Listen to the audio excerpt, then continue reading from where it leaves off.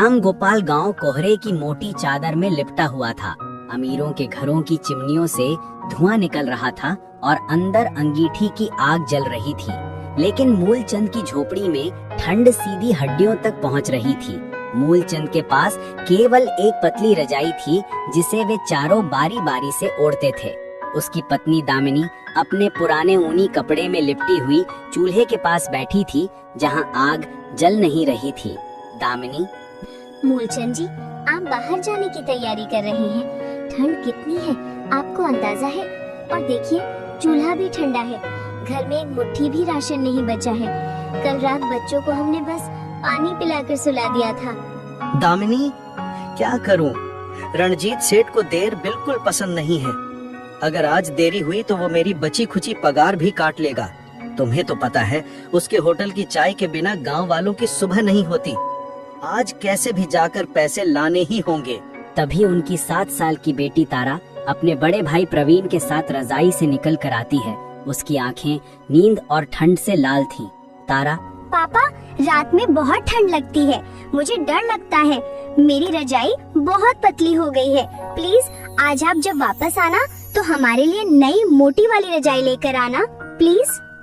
हाँ बाबा, और मेरी टी शर्ट भी फट गई है। मुझे दुकान पर जाने में शर्म आती है।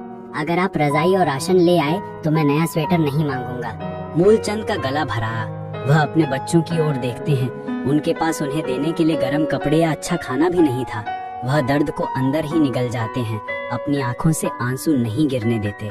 मूलचंद मजबूरी भरा आश्वासन अपनी आवाज को मजबूत बनाते हुए, हाँ, मेरी बेटिया रानी तारा और मेरे पहलवान प्रवीण, तुम चिंता मत करो। मैं पूरी कोशिश करूंगा। आज सेठ से पूरे पैसे लेकर आऊंगा और सबसे पहले तुम्हारे लिए नई रजाई और ढेर सारा गरम खाना लेकर आऊंगा। तुम दोनों माँ के पास रहो। वह अपनी पत्नी की ओर देखते हैं जो निराश आंखों से उनकी ओर देख रही थी। वह बिना कुछ कहे बाहर निकल जाते हैं, कोहरे में तेजी से दामिनी के डर और बच्चों के सपने पीछे छोड़ते हुए। रंजीत सेठ का होटल चाय महल नाम का गांव में सबसे शानदार था। ठंड के बावजूद दुकान के बाहर लोगों की भीड़ लगी थी। मूलचंद को चाय बनाने का जन्मजात हुनर था। मूलचंद को पढ़ना लिखना नहीं आता था, इसलिए चाय बनाने के अलावा वह कोई और काम नहीं कर सकता था। रंजीत सिंह सेठ, अरे ओ मूलचंद, बहरा हो गया है क्या तू? 6 बज गए, आज फिर देर से आया है। तुझे पता है ना कि मेरी दुकान पर सुबह की पहली चाय कितने बजे बन जानी चाहिए? अगर आज तू 1 मिनट भी देर करता तो मैं तेरी आधी पगार काट लेता। माफ कर दीजिए, ठंड बहुत ज्यादा थी और बच्चों को थोड़ी देर आग के पास बिठाना पड़ा था। मैं कसमें खाता हूँ, अब 1 मिनट की भी देरी नहीं होगी। कसमें? चल चल, हाथ चला। तेरे कसमें खाने से मेरी दुकान का नुकसान नहीं भरेगा। देख बाहर कितनी भीड़ है। ये सब तेरी चाय पीने आए हैं। जल्दी कर, तेरी चाय में स्वाद है, तेरी मेहनत में नहीं। हाथ चला। मूलचंद ठंड को भूलकर तेजी से चाय बनाने लगता है। उसकी चाय की खुशबू पूरे चौक में फैल जाती है। वह लगातार चाय बनाता रहा। उसके हाथ और पांव ठंड से सुन्न हो गए थे। मूलचंद चुप होकर काम करता रहा। वह उस दिन बिना कुछ खाए भूखा ही पूरी दोपहर काम करता रहा। सेठ जी, आज के दिन की पगार और मेरी पिछली बकाया पगार अगर आप दे दें तो बहुत मेहरबानी होगी। घर में राशन और बच्चों के लिए रजाई लानी है। हाँ हाँ, पगार मैं जानता हूँ, पर आज नहीं। आज तो मुझे बाहर से सामान लाना है, इसलिए पैसे मेरे पास कम हैं। मैं तुम्हें कल दे दूंगा। वैसे भी तुम इतने कंगाल नहीं हो कि एक दिन खाना न खा सको। प्लीज सेठ जी, कल नहीं। मेरी छोटी बेटी बहुत ठंड से कांप रही है। प्लीज थोड़े ही दे दीजिए। मैं आपकी कसम खाता हूँ, मैं कोई बहाना नहीं बना रहा। घर में कल के लिए अनाज भी नहीं है। बहाना? तेरी जैसी औकात के आदमी को बहाना बनाना खूब आता है। जा, झूठा मत बन। इतने भी गरीब नहीं हो कि एक दिन का खाना भी न हो। और अगर तूने ज्यादा मुंह चलाया तो जो बची खुची पगार है वो भी कट जाएगी। निकल यहाँ से। वह लगभग उसे धक्का दिया। मूलचंद दुखी मन से वहाँ से चला जाता है। उसके हाथ खाली थे और दिल टूटा हुआ था। मूलचंद घर के बाहर कुछ देर खड़ा रहा। उसे समझ नहीं आ रहा था कि वह किस मुंह से अंदर जाए। आखिरकार वह हिम्मत करके अंदर गया। पापा, पापा, आप आ गए। रजाई कहाँ है? क्या आप हमारे लिए गरम गरम जलेबियाँ लाए हैं? मूलचंद दर्द भरा झूठ। माफ करना बच्चों, आज मैं लाना भूल गया। सेठ जी ने कहा कि कल देंगे। कल मैं पक्का लाऊंगा। बच्चे उदास हो जाते हैं पर मासूमियत से चुपचाप बैठ जाते हैं। जब वे आसपास नहीं थे तो दामिनी आगे आई। उसकी आंखें आंसू से भरी थीं। मूलचंद जी, मैं आपकी बहुत आभारी हूँ, पर कल का मैं कुछ करता हूँ। आज किसी तरह सूखी रोटी और नमक है, उससे काम चला लो। वह रात ठंड और भूख में सूखी रोटी खाकर गुजर गई। मूलचंद को पूरी रात नींद नहीं आई। उसने फैसला कर लिया कि अब उसे सेठ के सामने कमजोर नहीं पड़ना है, उसे कुछ और करना होगा। पिछली रात की ठंड और भूख के बावजूद आज समय से पहले होटल पहुंच गया था। उसका शरीर अंदर से कांप रहा था, लेकिन उसके मन में एक उम्मीद थी कि आज सेठ उसे कल और आज का पूरा हिसाब देगा। रणजीत सिंह। ओए मूलचंद, आज जल्दी आया है। कल की धमकी का असर हुआ लगता है। पर ये क्या, तेरे शरीर में जान नहीं है क्या? इतना धीरे क्यों चल रहा है? कल का गुस्सा अभी भी है क्या? हाथ चला। मुझे काम चाहिए, बहाना नहीं। मालिक, मेरा शरीर थोड़ा कमजोर है, पर मैं पूरी ताकत से काम कर रहा हूँ। आज की चाय कल से भी ज्यादा स्वादिष्ट बनेगी, आप देख लीजिएगा। मूलचंद जानता था कि अगर उसने जवाब दिया तो सेठ पैसे नहीं देगा। उसने अपने दर्द को चाय में मिला दिया। थोड़ी देर में चाय की गर्म खुशबू से होटल भर गया और भीड़ लगने लगी। रणजीत सिंह। अरे सुनिए, मेरी चाय की तारीफ मत कीजिए, ये सब इस गरीब का कमाल है। ये चाय नहीं, जादू है। मैंने इसे महल की चाय का नुस्खा सिखाया है। पियो और ठंड को भूल जाओ। वह मूलचंद की तरफ घृणा से देखता है। मूलचंद पूरे दिन भूखा काम करता रहा। उसे हर बार सेठ की बातें सुननी पड़ती थी, जिनमें अपमान और कड़वाहट थी। उसके शरीर में अब शक्ति नहीं बची थी। समय शाम 7:30 बजे। पूरा दिन बीत गया। मूलचंद ने हिम्मत जुटाकर सेठ के पास जाने का फैसला किया। उसकी पिछली बकाया पगार लगभग 550 रुपए थी और आज की मजदूरी अलग। उसे आज हर हाल में पैसे चाहिए थे। सेठ जी, मालिक, मेरा आज का और पिछला हिसाब अगर आप पूरा कर दें। मेरे बच्चों को ठंड से बचाना है। मेरा कुल हिसाब 550 रुपए हो रहा था और 2 दिन। कितना? 900? तेरी औकात है इतनी बड़ी रकम बोलने की? तूने कभी एक साथ 900 रुपए देखे भी हैं? जा और देख, मैं आज भी तेरे लायक नहीं हूँ। ले, ये 100 रुपए रख। आज के लिए इतना ही काफी है, ज्यादा मुंह मत चला। आज बाहर से सामान आ रहा है, मेरे पास खुद पैसे नहीं हैं। का सेठ जी, ये क्या? मेरे 550 रुपए बकाया है और आपने सिर्फ 100 रुपए दिए। मैं इतने पैसों में क्या करूंगा? प्लीज कम से कम 500 तो दे दीजिए। ओए, लेना है तो ले, नहीं तो ये भी नहीं मिलेगा। जा, तुझे लगता है तू मेहनत करता है? जिस हिसाब से तेरा मुंह चलता है उस हिसाब से काम भी करना चाहिए। निकल, मेरे धंधे में रुकावट मत डाल। मूलचंद आंखों में अपमान का आंसू लिए वह 100 रुपए का नोट उठा लेता है। वह भगवान का धन्यवाद करता है कि कुछ तो मिला। वह जानता था कि सेठ से लड़कर कोई फायदा नहीं।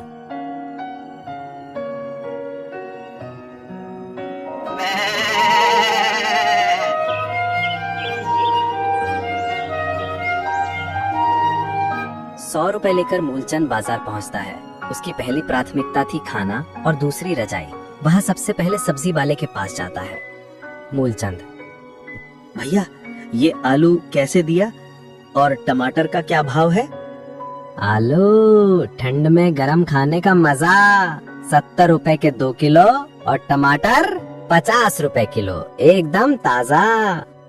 मूलचंद के होश उड़ जाते हैं। 100 रुपए में तो मुश्किल से 1 किलो आलू और थोड़ा सा आटा ही आएगा। इतना महंगा? वह दूसरी सब्जियों की तरफ देखता है। तभी उसकी नजर गोभी पर पड़ती है, जिसका भाव बाकियों से कम था। भैया, ये गोभी कैसे है? गोभी 20 रुपए किलो, ले जा। मूलचंद 20 रुपए की गोभी लेता है और बाकी बचे 80 रुपए लेकर रजाई बाजार की तरफ बढ़ता है। बाजार में रजाई की दुकानें सजी थी। रंग बिरंगी मोटी रजाइयां देखकर मूलचंद को तारा और प्रवीण का मासूम चेहरा याद आया, लेकिन दाम 800 रुपए, 900 रुपए, ये तो 400 की भी है।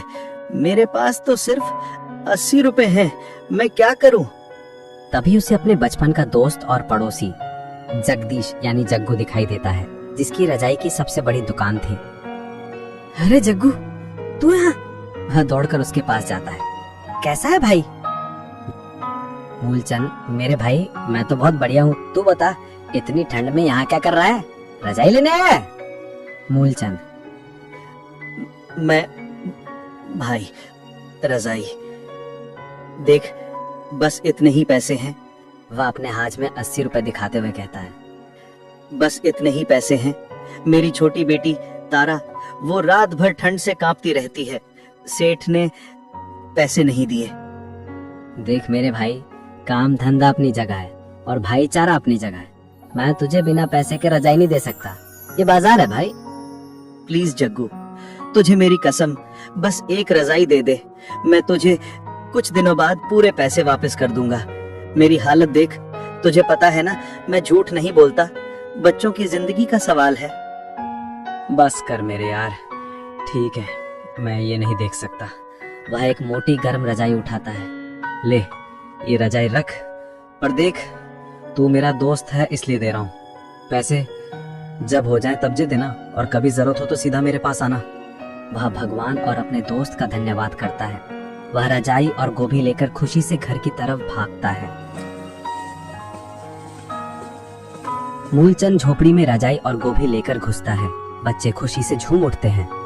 पापा, रजाई इतनी मोटी, थैंक यू। अब मुझे ठंड नहीं लगेगी। बाबा, आज आप सबसे अच्छे पापा हो। मूलचंद जी, मैं आपकी बहुत आभारी हूँ, पर ये रजाई और खाना सिर्फ 100 रुपए में। सेठ ने सिर्फ 100 दिए, पर मेरा दोस्त जग्गू, उसने मुझे उधार में रजाई दे दी। भगवान का शुक्र है। दामिनी रजाई को बच्चों को ओढ़ाती है और गोभी को आंख पर रखती है। रात का खाना बन रहा था। बच्चे खुशी से गर्म रजाई में थे। दामिनी अब गंभीर हो चुकी थी। उसने फैसला कर लिया था। दामिनी, मूलचंद जी, मैं आपसे कुछ जरूरी बात करना चाहती हूँ। हाँ दामिनी, बोलो। आप वहाँ क्यों काम करते हैं जहाँ आपकी कोई इज्जत नहीं है, जहाँ आपके और आपके बच्चों की ठंड और भूख की कोई कीमत नहीं है? क्या करूं दामिनी, मुझे पढ़ना लिखना नहीं आता। मेरे पास कोई दूसरा हुनर नहीं है। चाय ही मेरा सहारा है। तो आप अपनी ही दुकान क्यों नहीं खोलते? आप दूसरे के यहाँ नौकरी क्यों करते हैं? आपकी चाय में जादू है। पूरा गांव आपकी चाय पीने सेठ के होटल जाता है। ये क्या बात कर रही हो दामिनी? दुकान दुकान कैसे? हमारे पास पैसे नहीं है, एक दिन का खाना नहीं है, और तुम ठेला, बर्तन, गैस और सामान की बात कर रही हो? ये नामुमकिन है। अरे नामुमकिन नहीं है। सुनिए, आपके 900 रुपए से ज्यादा सेठ के पास बकाया है। कल आप सेठ के पास जाइए और सीधे पूरे पैसे मांगिए। उसे कहिए कि अब आप काम नहीं करेंगे। इतने पैसों से थोड़ा सा सामान तो आ ही जाएगा। हम जमीन पर छोटी सी टपरी लगा लेंगे। सेठ मुझे पैसे नहीं देगा, वो बहुत कंजूस है। पर तुम्हारी बात में दम है दामिनी। हाँ, मैं कोशिश करूंगा। कल मैं काम पर जाऊंगा और शाम को उससे पूरा हिसाब मांगूंगा। मूलचंद अब सोने चला गया।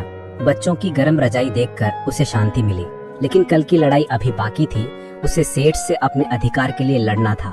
यह लड़ाई उसके और उसके परिवार के भविष्य के लिए थी।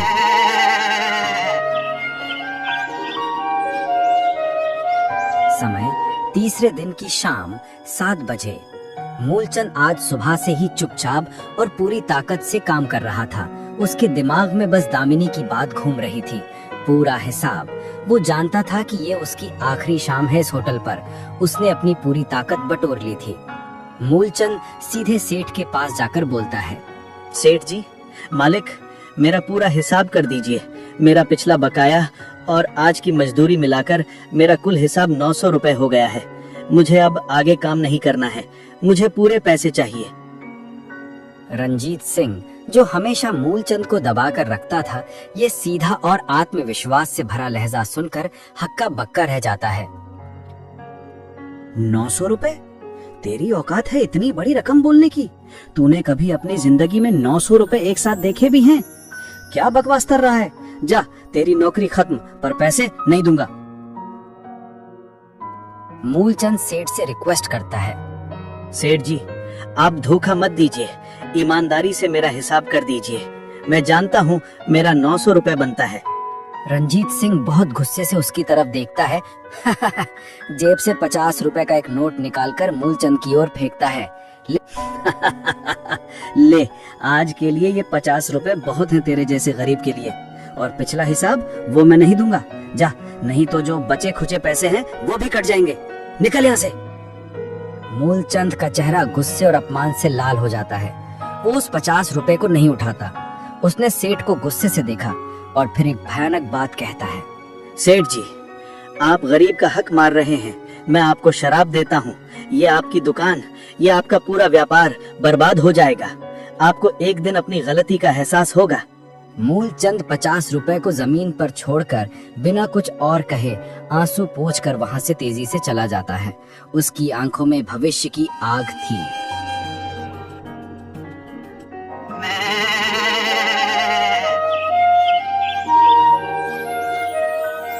तभी उसकी नजर वो पर पड़ी जो अपने कंधों पर लकड़ी के भारी गट्ठे लाद कर जल्दी जल्दी कहीं जा रहे थे। ठंड के मौसम में लकड़ी की बहुत कीमत थी। ये विचार उसके दिमाग में बिजली की तरह कौंधा। हाँ, लकड़ी, लकड़ी। ठंड में हर घर और हर होटल को लकड़ी चाहिए।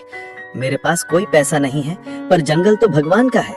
मैं लकड़ी काटकर बेच सकता हूँ। वो तुरंत उन लोगों का पीछा करता है और देखता है कि वे गांव के एक छोटे व्यापारी के पास जाकर लकड़ी बेचते हैं और उन्हें 500 रुपए मिलते हैं। मूलचंद जोर से बोलता है, बस मुझे यही करना है। मूलचंद अपनी कुल्हाड़ी लेकर जंगल पहुंचता है और ईमानदारी से सूखी और पुरानी लकड़ियां काटना शुरू करता है।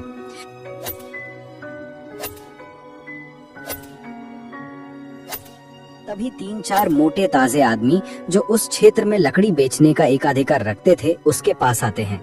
जंगल ठेकेदार एक बीरबल जोर से बोलता है, आए, कौन है तू? तुझे हमने कभी यहाँ नहीं देखा। तो कौन है और तू यहाँ क्या कर रहा है? मैं मूलचंद, मैं भी लकड़ी काटने आया हूँ। मैं इसे बेचकर अपने परिवार का गुजारा करना चाहता हूँ। जंगल ठेकेदार शंकर बोलता है, तू बेचेगा लकड़ी? तुझे पता है ये किसका इलाका है? इस जंगल की सारी लकड़ियाँ हमारे नाम की हैं। सिर्फ हमें अधिकार है यहाँ काम करने का। मूलचंद नियम की बात करता है। ये कैसे? ये तो सरकार की और भगवान की जमीन है। इस पर किसी एक का अधिकार नहीं हो सकता। कोई भी काट सकता है। ज्यादा जबान मत चला। ये जो कुल्हाड़ी देख रहा है ना, ये तेरे मुंह पर मारूंगा। तेरा मुंह फट जाएगा। चुपचाप यहाँ से निकल जा। कल से यहाँ देखना नहीं चाहिए। मूलचंद जानता था कि लड़ना बेकार है। वो उदास मन से चुपचाप अपनी कुल्हाड़ी उठाकर चला जाता है। सेठ ने उसे होटल से निकाला और अब जंगल के दबंगों ने उसे भूखा मारने की कसम खाई थी। मूलचंद घर पहुंचता है पर वो किसी को कुछ नहीं बताता। वो लकड़ी काटने का एक नया तरीका सोच रहा था। तभी उसका बेटा प्रवीण तेज बुखार से कांपने लगता है। मूलचंद जी, जल्दी देखिए, प्रवीण, इसकी तबीयत बहुत खराब है। इसे बुखार चढ़ गया है। मूलचंद घबराकर पास के डॉक्टर के पास भागता है। डॉक्टर चेक करते हुए बोलते हैं, अरे, इसे तो बहुत तेज बुखार है। ये टाइफाइड हो सकता है। इसे तुरंत इलाज की जरूरत है। इसे कुल 5 इंजेक्शन लगेंगे। एक इंजेक्शन की कीमत 200 रुपए है। मूलचंद बहुत डर जाता है। डॉक्टर साहब, प्लीज इलाज शुरू कीजिए। मेरे पास अभी बस थोड़े ही पैसे हैं। मैं बाकी पैसे बाद में दे दूंगा। पहले पैसे, इलाज बाद में। इतना बड़ा इलाज उधार में नहीं हो सकता। आपको कम से कम पहला इंजेक्शन लगवाने के लिए 200 रुपए देने होंगे। मूलचंद की आंखों में आंसू आ जाते हैं। डॉक्टर साहब, प्लीज ये 100 रुपए लीजिए। मैं कल सुबह कहीं से 200 रुपए और लाऊंगा। प्लीज बस आज इसे पहला इंजेक्शन लगा दीजिए। डॉक्टर को दया आती है। ठीक है, तुम्हारे ईमानदार चेहरे को देखकर मैं पहला इंजेक्शन लगा देता हूँ। दवा भी दे रहा हूँ, पर कल तुम्हें किसी भी कीमत पर 200 रुपए लेकर आना होगा। डॉक्टर प्रवीण को इंजेक्शन देते हैं। मूलचंद रात भर जागकर सोचता है, अब 200 रुपए कहाँ से आएंगे। मूलचंद को डर लग रहा था। तभी उसे जंगल के दबंगों की धमकी याद आई। उसने सोचा, अगर मैं दिन में लकड़ी काटता हूँ तो वो मुझे मारेंगे, पर रात में? बस अब मेरे पास कोई रास्ता नहीं है। प्रवीण की जान के लिए, बच्चों के भविष्य के लिए मुझे रिस्क लेना होगा। पूरी रात 3 बजे की गहन ठंड में मूलचंद अपनी कुल्हाड़ी लेकर चुपचाप जंगल की ओर जाता है। वो जानता था कि ये खतरनाक है, पर बेटे की जिंदगी से ज्यादा खतरा क्या हो सकता है।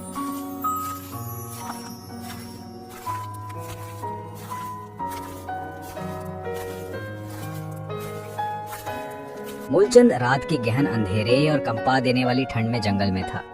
जंगल ठेकेदार दिन में आते थे, इसलिए रात ही उसके लिए सुरक्षित थी। वो जानता था कि ये गैर कानूनी है, पर उसके बेटे की जान बचाने के लिए ये एकमात्र रास्ता था। मूलचंद, भगवान मुझे माफ करना, मैं मजबूर हूँ, मेरे बच्चे को बचाना है, शक्ति दो ताकि मैं जल्दी से लकड़ियाँ काट सकूं। पूरी रात लकड़ी काटने के बाद वो छिपकर गांव में वापस आता है।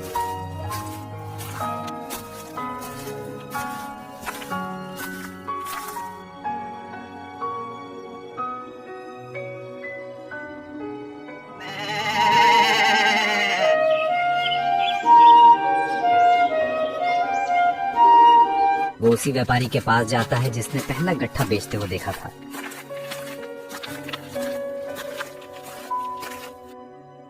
व्यापारी खुशी खुशी उससे लकड़ी लेता है और उसे 500 रुपए देता है। मूलचंद पैसे लेते हुए, शुक्रिया मालिक। वो तुरंत डॉक्टर के पास जाता है, 200 रुपए देकर अगले इंजेक्शन के लिए कहता है और बाकी 300 रुपए दामिनी को देता है। दामिनी, घबराओ मत, प्रवीण ठीक हो जाएगा। मैं रात को काम कर रहा हूँ, अब हमारे पास राशन और दवा दोनों के पैसे होंगे। तुम बच्चों का ध्यान रखो। ये सिलसिला 3-4 दिन तक चलता है। मूलचंद रात को लकड़ी काटता, सुबह बेचता और डॉक्टर को 200 रुपए देकर इंजेक्शन लगवाता। कुछ ही दिनों में प्रवीण पूरी तरह स्वस्थ हो जाता है। प्रवीण अब खेल रहा है, तारा भी खुश है। आपकी मेहनत रंग लाई मूलचंद जी, आपने सेठ की नौकरी से ज्यादा पैसा खुद कमा लिया। हाँ दामिनी, अब प्रवीण बिल्कुल ठीक है। और सुनो, मैंने थोड़ा थोड़ा करके 6500 रुपए बचा लिए हैं, लगभग 1 हफ्ते बाद। इधर मूलचंद के होटल से जाने के बाद सेठ रंजीत सिंह ने दूसरे लोगों से चाय बनवाना शुरू कर दिया था, पर किसी के हाथ में वो जादू नहीं था। सेठ जी, ये क्या चाय है? इसमें तो पहले वाला स्वाद बिल्कुल नहीं है, ये तो फीकी लग रही है। क्या आप मिलावट कर रहे हैं? पैसे वापस कीजिए। ग्राहक 2, हाँ, हमें ऐसी चाय नहीं पीनी। जब से मूलचंद गया है आपकी चाय का स्वाद खराब हो गया है, हमें अपनी चाय चाहिए। लगातार 3 दिन तक ग्राहक आते, चाय पीते और बुरा भला कहकर चले जाते। सेठ का धंधा पूरी तरह ठप हो गया था। उसे अपनी गलती का एहसास होने लगा था। हाय, मैंने क्या कर दिया? मैंने उस गरीब को अपमानित किया। उसकी चाय में स्वाद था, मेरी अक्ल में नहीं। जब वो आएगा तो मैं उससे माफी मांगूंगा और पूरे पैसे दूंगा। उधर मूलचंद ने 6500 रुपए से एक छोटा सा ठेला, चाय बनाने के लिए बर्तन और जरूरी सामान खरीदा। अगली सुबह ठंड और कोहरे के बीच रंजीत होटल के ठीक सामने एक छोटा सा साफ सुथरा चाय का ठेला लग गया था। ठेले पर सुंदर अक्षरों में लिखा था, तारा टी स्टॉल, मशहूर गांव की चाय। अरे, ये तो वही है, ये तो मूलचंद है जो सेठ के यहाँ काम करता था। इसकी चाय में असली स्वाद था। गांव वाले पहचान गए और कुछ ही मिनटों में तारा टी स्टॉल पर भीड़ लग गई। लोगों को वही पुराना और जादुई स्वाद वापस मिल गया था। तुम्हारी चाय पीकर ठंड गायब हो गई। कितना अच्छा हुआ कि तुम खुद का काम कर रहे हो। रंजीत सेठ ये देखकर आग बबूला हो जाता है। उसका धंधा पूरी तरह ठप हो गया था। वो गुस्से से तमतमाते हुए मूलचंद के पास जाता है। मूलचंद, मेरे प्यारे मूलचंद, ये क्या नाटक लगा रखा है? बाहर इतनी ठंड है, चल हम पहले की तरह वापस अपनी दुकान पर काम करते हैं। मैं तुझे एक दिन का पूरा 500 रुपए दूंगा। माफ कर दीजिए सेठ जी, मुझे अब आपकी कोई जरूरत नहीं है। मैं अब अपने पैर पर खड़ा हो चुका हूँ। मैं खुद की मेहनत से कमाता हूँ। तुझे मैं देख लूंगा। ये सब तेरा नाटक है। कुछ महीनों बाद मूलचंद का तारा टी स्टॉल तेजी से चलता रहा। उसने 2 मंजिला नीले रंग का एक छोटा सा पक्का घर भी बना लिया था। उसने बच्चों के लिए शिक्षा और शादी के लिए 3-4 लाख रुपए भी बचा लिए थे। सेठ का धंधा पूरी तरह बंद हो गया था। उसने बदला लेने की सोची। सेठ रंजीत सिंह ने 2 गुंडों को 5000 रुपए दिए। जाओ उसके घर जाओ, उसने जो पैसे रखे हैं वे चुरा लाओ। रात 2 बजे सेठ के 2 आदमी मूलचंद के घर के दरवाजे तोड़ने की कोशिश कर रहे थे। तभी पड़ोस के बुजुर्ग दयाराम ने उन्हें देख लिया। दयाराम, चोर चोर पकड़ो। दयाराम की चीख सुनकर पूरा गांव जाग गया और मूलचंद के घर के बाहर जमा हो गया। चोरों को रंगे हाथों पकड़ा गया। गांव वाला, तुम कौन हो? यहाँ क्या कर रहे थे? चोर 1, सेठ रंजीत सिंह, हमें उसने भेजा था, उसी ने दुकान भी जलाई थी। पूरा गांव गुस्से में उठ खड़ा हुआ। पुलिस बुलाई गई और गांव वालों ने सारी बात बताई। सेठ रंजीत सिंह को गिरफ्तार कर लिया गया। अंत में कोर्ट ने सेठ को सजा सुनाई और मूलचंद को उसके पुराने बकाया और नुकसान के लिए 10 लाख रुपए की बड़ी रकम दी गई। मूलचंद ने अपनी ईमानदारी, मेहनत और दामिनी के समझदार फैसले से किस्मत को बदल दिया था। अब ठंड हो या गर्मी, तारा टी स्टॉल पर हमेशा भीड़ रहती थी। उसकी चाय अब गांव की सबसे बड़ी पहचान बन गई थी। यहीं पर कहानी कोहरे की चादर और किस्मत का उजाला समाप्त होती है।